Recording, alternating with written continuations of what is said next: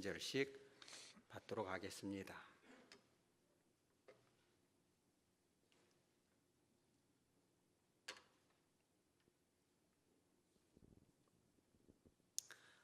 아론의 아들 나답과 아비후가 각기 향로를 가져다가 여호와께서 명령하시지 아니하신 다른 불을 담아 여호와 앞에 분향하였더니 불이 여호와 앞에서 나와 그들을 삼키매 그들이 여호와 앞에서 죽은지라. 모세가 아론에게 이르되 이는 여호와의 말씀이라. 이르시기를 나는 나를 가까이 하는 자 중에서 내 거룩함을 나타내겠고 온 백성 앞에서 내 영광을 나타내리라 하셨느니라.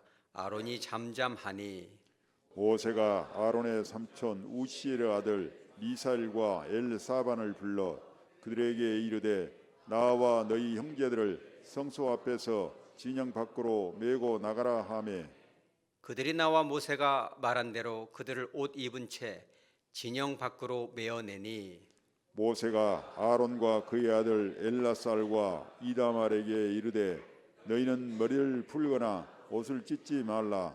그리하여 너희가 죽음을 면하고 여호와의 진노가 온 회중에게 미침을 면하게 하라. 오직 너희 형제 이스라엘 온 족속은 여호와께서 치신 불로 말미암아 슬퍼할 것이니라. 다 같이 합니다. 여호와의 관유가 너희에게 있은즉 너희는 회막문에 나가지 말라. 그리하면 죽음을 면하리라. 그들이 모세의 말대로 하니라. 아멘. 거룩하신 하나님 아버지, 좋은 귀한 날을 정하셔서 이 아침 저희들 주님의 존전 앞으로 불러주시니 감사합니다.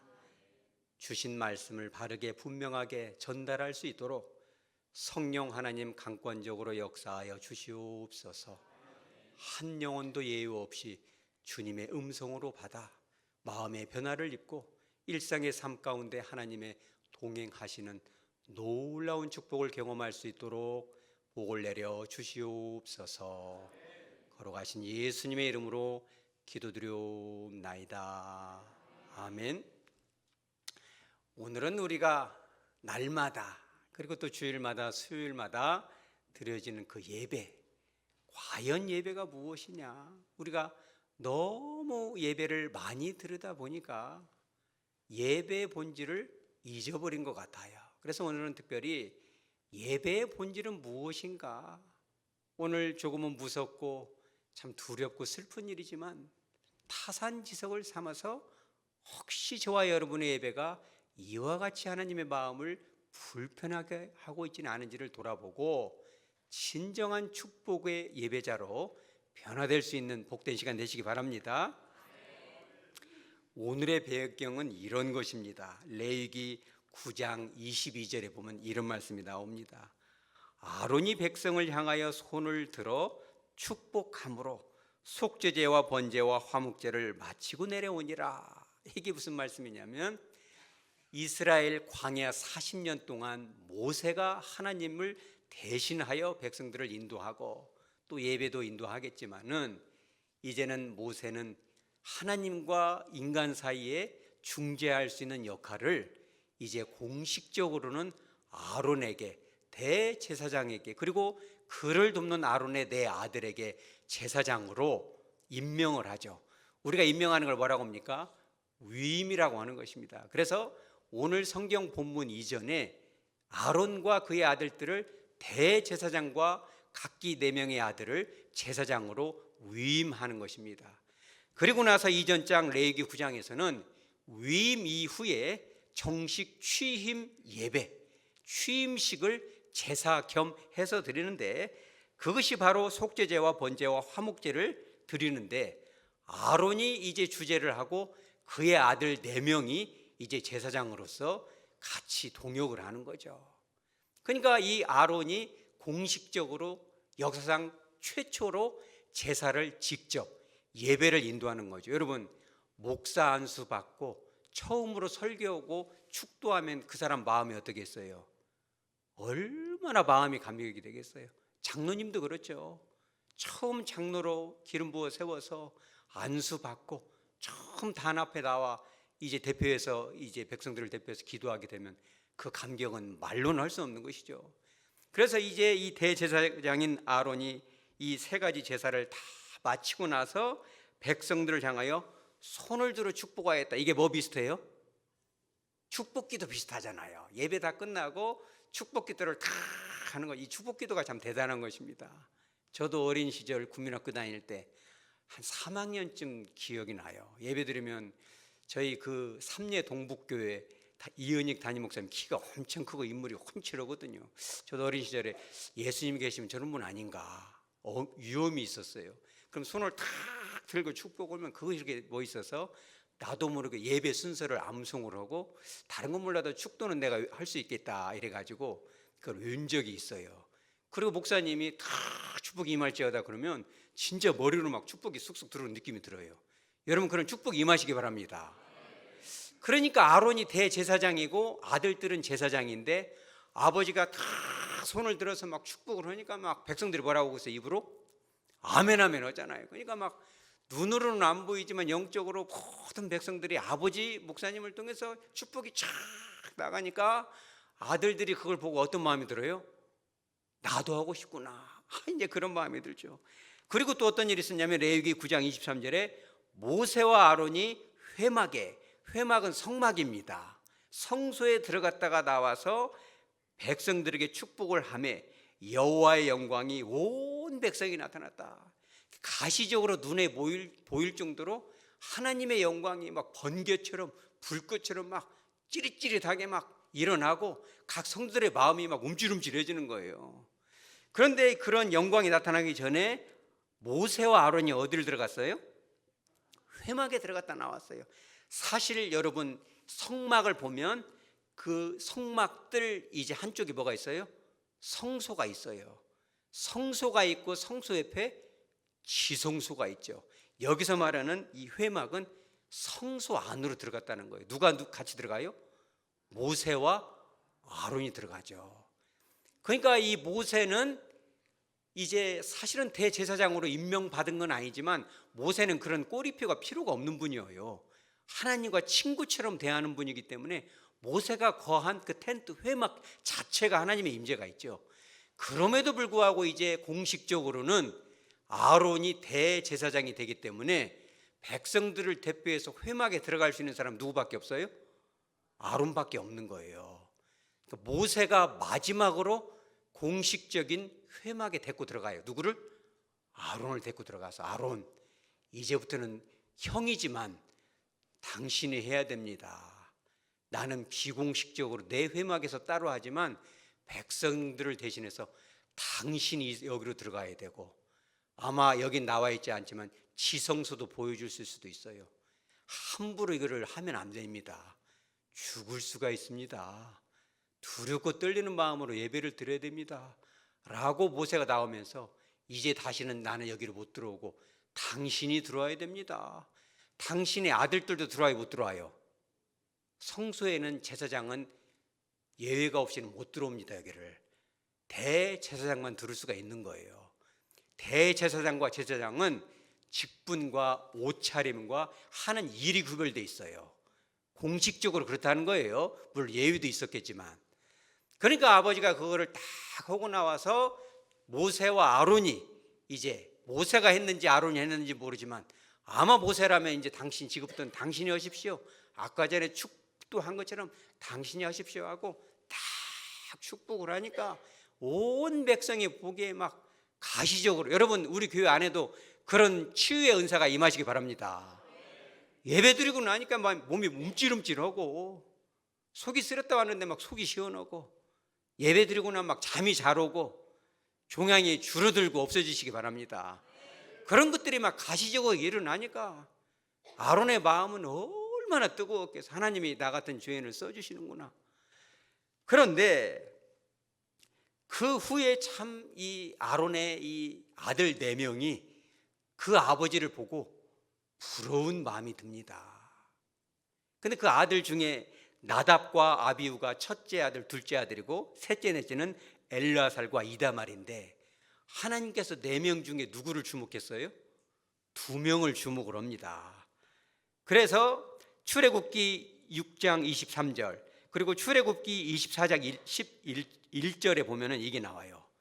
신의 산에서 하나님의 그 존전을, 임재를, 현현을 직접 볼 수 있는 사람을 딱 정확하게 얘기하는데, 모세와 아론 70명의 장로들, 그리고 제사장 4명 중에 몇 명만 들어가요?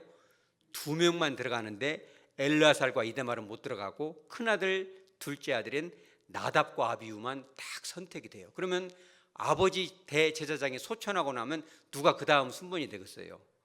나답 아니면 아비후겠죠. 말할 것도 없죠. 4명이 다 될 수는 없으니까 싸움이 일어나겠죠.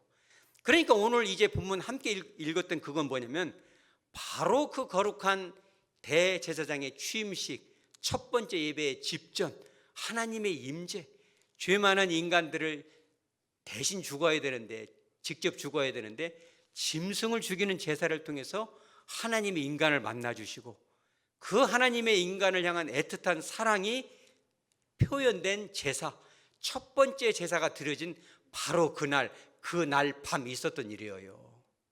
하나님의 마음은 이 인간들을 어떻게 하면 살릴까, 이 죄를 어떻게 하면 씻었을까. 죽을 것은 인간이지만 짐승을 죽여서 그 피로 이 인간들을 잘 치료해 줘야겠다.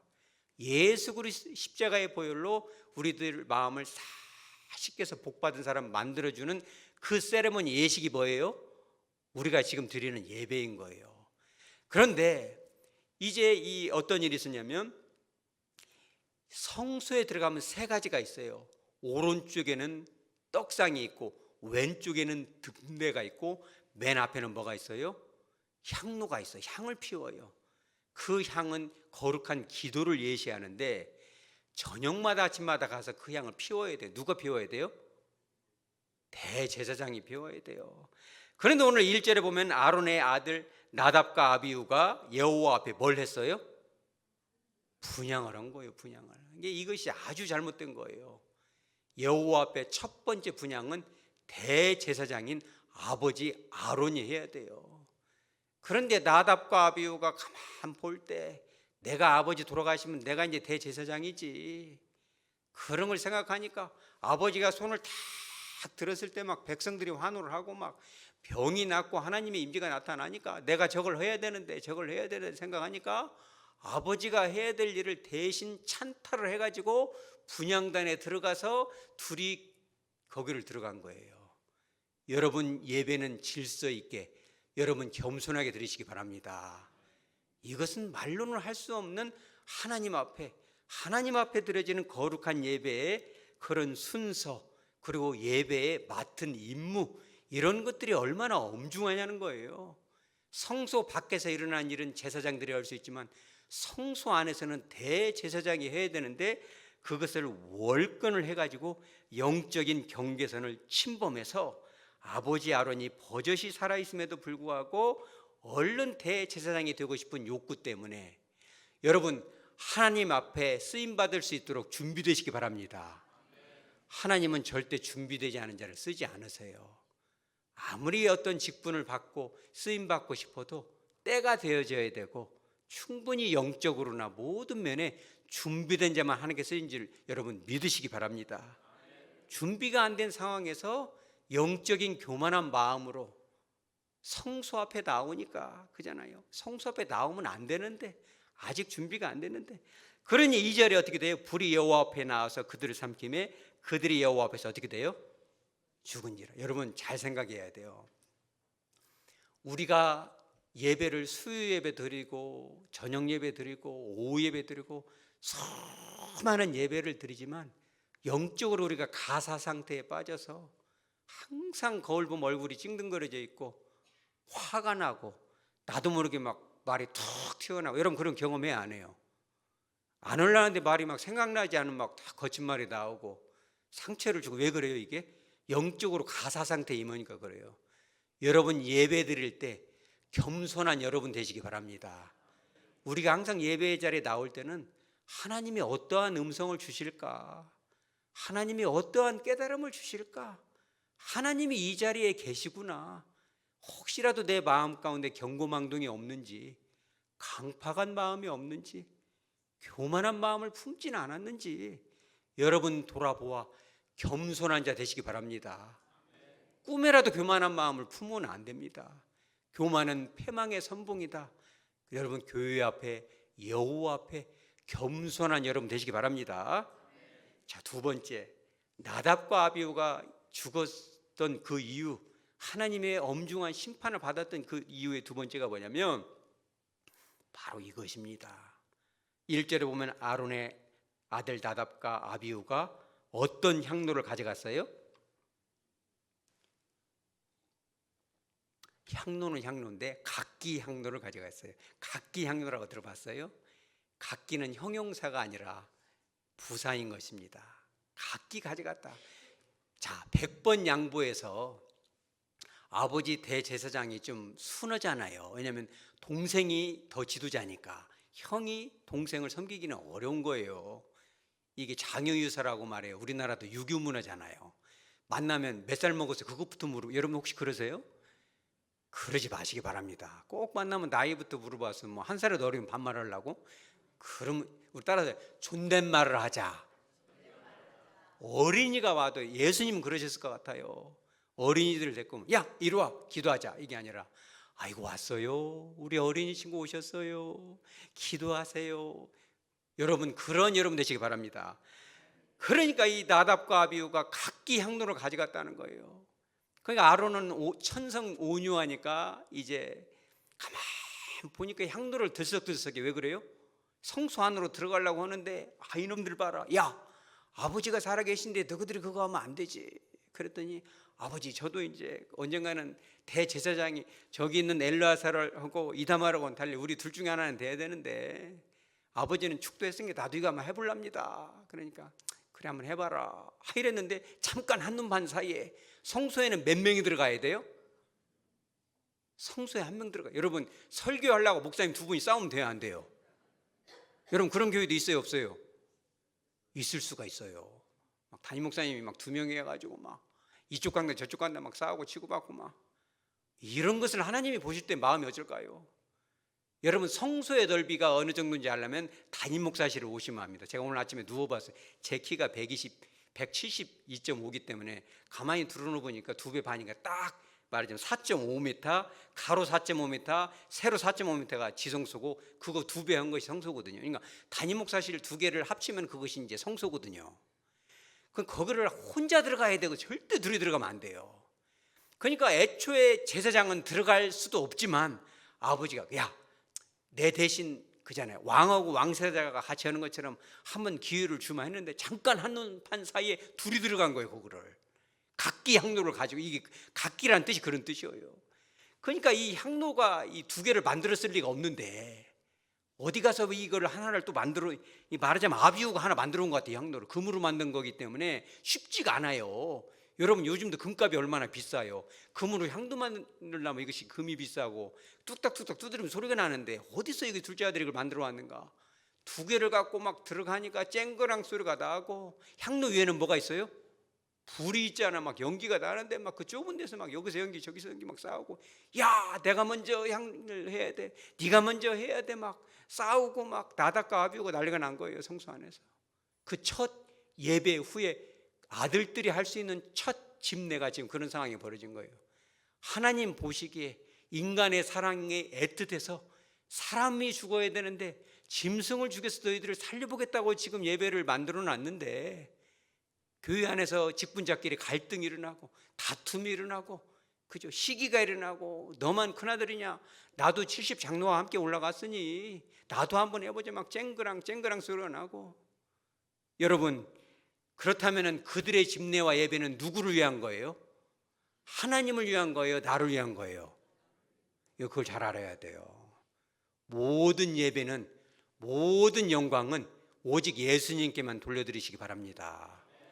우리가 예배의 현장에서 찬양하고 연주하고 반주하고 말씀을 선포하고 기도하고 이런 모든 과정 가운데 마음을 다하고 힘을 다하고 뜻을 다하고 목숨을 다하여 오직 하나님께만 영광 돌리시기 바랍니다. 그래야 옳죠. 그 첫 집례를 서로 수석 대제사장이 되겠다고 다툼이 일어나고 자기를 높이려는 백성들 앞에 자기를 과시하려는 그 욕망, 자기가 향을 하고 나왔을 때 여호와의 영광이 막 나타날 것을 기대를 하고 거기서 갈등이 일어나니까 하나님의 마음이 얼마나 참담하겠어요. 여러분, 하나님을 존중하시기 바랍니다. 뿐만 아니라 성도가 서로 사랑하고 존중한 여러분 되시기 바랍니다. 차라리 나답이, 야, 나는 형이고 어쩌면 내가 대제사장 될지도 모르겠어. 나는 늘상 하는 일이니까 너도 한번 해봐라. 네가 먼저 한번 해보면 좋겠다. 나는 항상 설교하고 축도하니까 여러분이 한번 간증도 하면 좋겠습니다. 한번 기회를 드리겠습니다. 여러분, 그런 여러분 되시기 바랍니다. 서로가 서로를 존중하고 서로가 서로를 더 높여주고, 그죠? 상대편의 허물을 보기보다 더 축복해주고, 그런 것들이 보이거든 내가 대신 덮어주고, 돌이 던져오면 내가 대신 맞아주고, 내가 기도를 좀 부족했구나 축복해주고 세워줬더라면 얼마나 좋았을까요? 그럼 하나님께서, 그래, 너희 둘 다 대제사장이 되면 좋겠다. 그 대신 돌아가면서 하면 좋겠다. 너희 참 예쁘구나. 그래서 70장로와 함께 너희 둘을 따로 불렀지. 얼마나 좋겠어요. 여러분, 예배를 통해서 하나님을 높일 뿐만 아니라 서로가 서로를 존중하고 축복하고 사랑할 수 있는 여러분 되시기 바랍니다. 세 번째는 이것입니다. 자, 그래요. 100번 양보해서 2명이 들어갔다 쳐요. 형이 먼저 얌전히 하고 동생이 먼저 했을랑가도 몰라요. 쨍그랑 소리가 안 났을 수도 있습니다. 그런데 결정적인 것이 하나가 나와. 그게 뭐예요? 여호와께서 명령하시지 않은 다른 불을 담아서 드린 거예요. 그러니까 왜 이게 중요하냐면, 이제 이 위임식 예배나 취임 예배를 통해서 여러 가지 예배를 드릴 때 번제단에다가 짐승을 올려놓고 이렇게 해가지고 불을 피우잖아요. 그런데 마지막 우리가 함께 읽었던 레위기 9장 24절에 보면 이런 말씀이 나와요. 불이 여호와 앞에서 나와서 제단 위에 번제물과 기름을 사른지라. 이전까지는 인간이 살렸던 불로 인해서 이 예물을 올려드렸다면, 이제는 이 불이 누구로부터 나왔어요? 여호와로부터 불이 확 나와서 인간이 하지 않는데 하늘에서 막 불이 샥 내려와서 막 예물을 태우는데, 하나님께서 그런 명령을 내리죠. 향을 피울 때는 바로 이 불, 여호와로부터 나온 거룩한 불, 이 불을 통해서 그 숯을 가져다가 향을 피워야 된다 얘기를 했어요. 그리고 다시는 이 불이 꺼지지 않도록 나무를 아침마다 올려놔라. 왜? 이 불은 누구로부터 말미암았어요? 여호와로부터 말미암았잖아요. 그러니까 그 불을 써야 되는데 그 불이 아닌 어떤 불을 썼어요? 다른 불을 쓴 거예요. 성막 안에 있는 그 불이 아니라 되는 대로 그 불을 갖다가 둘을 다 갖다 올려버리니까. 근데 그런 불을 쓴 이유가 뭘 것 같아요, 여러분? 9절에 나옵니다. 9절에 보면 이렇게 나옵니다. 레위기 10장 9절에 우리 다 같이 한번 읽어봅니다. 너와 내 자손들이 회막에 들어갈 때에는 포도주나 독주를 마시지 말라. 그리하여 너희 죽음을 변하라. 이는 너희 대대로 지킬 영영한 규례라. 아멘. 영원한 규례면 지금까지도 영향을 미쳐요, 못 미쳐요? 지금도 미치죠. 예배의 자리로 나올 때는 포도주나 독주를 마시면 어떻게 된다? 죽을 수가 있다는 거예요. 여러분, 그런 거는 실험하지 마시기 바랍니다. 이제 그런 분은 있어요. 어떤 목사님이 그러대요. 술을 퐁당 먹고 예배드리러 나왔어요. 그러면 안 되죠. 근데 술 먹고 나면 마음이 문이 열리잖아요. 신세한탄다고 눈물도 나고 슬프니까 온 거죠. 그런 것은 하나님이 용납이 될 수도 있어요, 예외적으로. 그런데 그냥 그것이 대수롭지 않게 술을 먹고 나온다거나, 혹은 술은 아니지만 세상에 취해서 세상의 욕망과, 그렇죠, 해결되지 않은 마음, 회개되지 않은 강팍한 마음에 취해서 그 불로 예배를 드리게 되면 어떻게 되겠어요? 그러면 안 된다. 그것은 영영한 규례다. 여러분, 구역장님들은 구역원들을 잘 지도하시기 바랍니다. 우리가 이제 이 2026년부터는 예배의 자리로 나올 때는 우리가 두렵고 떨리는 마음으로 나와야 돼요. 혹시 술에 취하거나 세상에 취하거나 물질에 취해서, 그러잖아요, 주식 같은 거에 취해서 막 여러 세상 즐거움에 취해서 예배 시간을 늦는다거나 여러 예배 시간에 잡념에 빠진다, 그러면은 영적인 가사 상태에 빠진다는 거예요. 그러면은 이 마음의 어떤 그저 인지 기능이 떨어지니까 분명히 하나님이 뭔 불로 허라고 했는데 생각이 안 나요. 술 취하면 생각이 안 나잖아. 엉뚱한 말을 하고. 그러니까 이게 뭔 불을 허라고 하긴 했는데 어디 불을 해야 돼요? 성막에 번제단 위에 불을 해야 되는데 이렇게 하다가 술이 취하니까 둘이 그냥 이렇게 야 저거 있다 갔다가 해버린 거예요.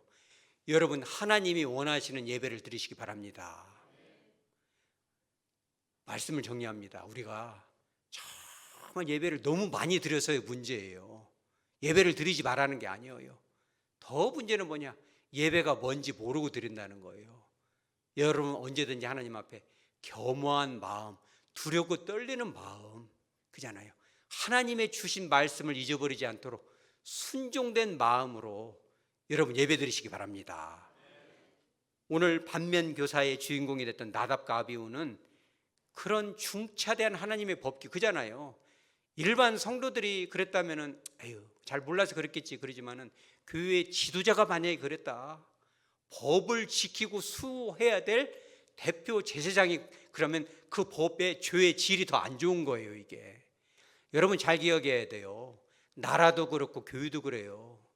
그냥 내가 교회 나온 지 얼마 안 됐고 예수 믿은 지 얼마 안 됐고 뭘 몰라서 그런 것은 조금 그래도 이해가 될 수 있지만, 오래 다녔고 더 큰 직분과 직책을 주셨을 때는 그런 여기서 나온 그런 것들을 지켜야 될 그 의무가 더 크다는 거예요.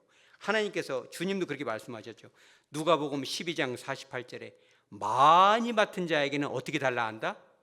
많이 달라 할 것이니라. 왜? 많이 맡겼기 때문에. 혹시 여러분 중에 하나님이 귀한 직분을 주셨거나 은사를 주셨거나 직책을 주신 분들은 더 두렵고 떨리는 마음으로 감당하시기 바랍니다. 뿐만 아니라 예배 가운데 임하는 그 축복을 여러분 마음껏 누리시기 바랍니다. 분당 우리 교회의 이찬수 목사님이 여러 책을 썼는데 이거 한 개를 제가 소개하고 예배를 마치고자 합니다. 처음 마음, 여러분 처음 사랑, 처음 마음이 주님 배우는 그날까지 변함없으시기를 축복합니다. 근데 이 교회가 1년에 한 번씩 부흥회를 하는데 어느 날 이제 엄마가 돌 지난 아기를 데리고 예배 현장에 나왔어요. 새벽 시간이기 때문에 아기를 데리고 나오기가 참 어렵죠. 근데 그 자매도 참 믿음이 있죠. 이 아기를 사무실에서 이 예배를 드리는데, 유아실이죠. 아기가 이제 돌 지나가지고 엎치락 뒤치락 하는데 어깨가 쏙 빠져버렸어요. 이게 그게 막 엄마가 얼마나 당황이 돼요. 팔이 빠졌으니. 그래가지고 아기를 들쳐매고 어디로 가야 돼요? 응급실로 가려고 딱 이 신발을 신는데 딱 생각이 나요. 우리 교회가 이 정도 큰데 의사 한 명이 없겠냐? 의사 한 명이 있어요, 없어요? 있잖아요. 그러니까는 부목사님한테 목사님 응급실로 가야 돼요. 우리 이 새벽에 그 의사 선생님 한 분 안 계세요. 그랬더니 좀만 기다리세요. 그랬더니 한 명 데리고 왔어요. 근데 이제 이 의사 선생님이 왔는데 무슨 과 하세요? 그랬더니 피부과래요. 그러니까 안심이 돼야 안 돼요? 안심이 안 돼.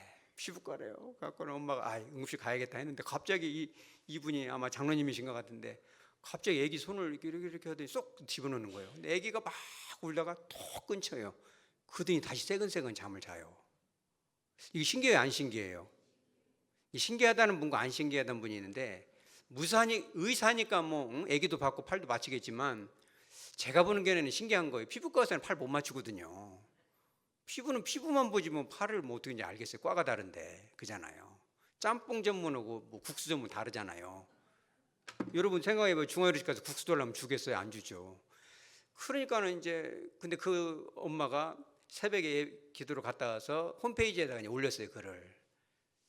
팔 빠졌다 해가지고 원망할 수도 있겠지만 그것이 아니라 아기가 이렇게 우는데 피부과 의사가 와가지고 신기하게 팔을 이러이러 해서 다 아기를 맞춰가지고 너무 은혜가 됐다는 거예요.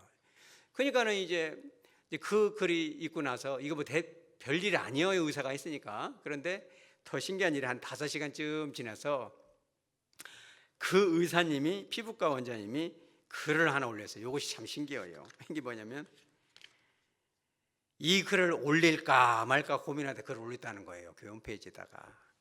2주 전쯤 이런 일이 있었다는 거예요. 꿈을 꾸는데 한 애기 엄마가 애기 팔이 빠졌다고 울면서 오는 거예요. 선생님, 팔이 빠졌다고 교회 행사를 하는데 이게 개꿈이구나 하는데 그 다음날 똑같은 꿈을 또 꿔. 이거를 애기가 팔 빠져 애기가 엄마가 오는 것을. 그래가지고 이거 대수롭지가 않구나, 신기하면서도 참 묘하다 하고 이제 드릉 시동을 살리고 출근하는데 갑자기 귀에서 그런 소리가 들려요. 그 얘기 잘 고쳤냐? 이 소리가 갑자기 들리는 거예요. 그래가지고 참 신묘막치거다, 이것이 참 신기하다 이래가지고 교과서를 뒤죽뒤죽 했어요. 이게 한 30년 지난 거를 뒤죽뒤죽 팔을 이렇게 맞추고 이렇게 맞추고 나도 모르게 찾아지죠. 자기 이제 친구가 정형외과 과장님이니까 야, 애기가 팔 빠지면 어떻게 해야 돼? 야, 그거 쉬워, 요러요러 하면 돼. 그래요? 근데 이것이 이제 벌어진 거예요. 할렐루야. 그러면서 이분이 뭐라고 하냐면 정말 신기한 일이 아닌가, 하나님은 너무 힘들었지 않은가. 이런 모든 것이 어떤 현장 가운데 일어나요? 예배 가운데 일어나는 거예요. 여러분, 우리가 이 놀라운 축복, 치유의 그런 축복, 영과 육의 놀라운 은혜를 경험하지 못하는 이유가 있어요. 오늘 이 나답과 아비후처럼 나중심적으로 내 생각, 내 경험의 틀로 딱 막아버리면요, 아무 일도 일어나지 않아요. 하나님은 전능하시기 때문에 맘만 먹으면 그런 병은 그냥 나을 걸로 믿으시기 바랍니다. 하나님이 할 수 있으면 하는 거예요. 예배 현장에 나와서 여러분 마음속에 있는 걱정, 근심 있잖아요. 어떤 사람은 밤에 잠이 안 오는데 왜 잠이 안 오는지 이해가 안 가요. 뭐들 그런 약을 먹어요. 여러분 잠이 오시기 바랍니다. 하나님의 은혜가 임하면요, 걱정과 근심이 없어지잖아요. 여러분 마음에 있는 상처요, 트라우마요, 누가 여러분을 가스라이팅 합니까? 두려워요? 하나님이 예배 가운데 여러분들의 마음을 어루만져 주시기 바랍니다. 나답과 아비후는 그런 어떤 진노를 경험했지만 우리는 그럴 필요가 없어요. 그림자를 쫓을 필요가 하나도 없어요. 그림자 쫓으려면 그림자가 더 길어져요. 그림자를 등에 지고 빛을 향해서 달려가시기 바랍니다. 뜨거운 소망을 가지고 하나님의 능력에 제한을 두면 안 돼요. 하나님이 일상 가운데 여러분과 함께 하셔서 놀라운 은혜, 놀라운 치료, 말로는 형용할 수 없는 담대함, 잘 풀려지는 역사, 만남의 축복이 저와 여러분의 것이 되어지기를 주 예수의 이름으로 축복합니다. 아멘.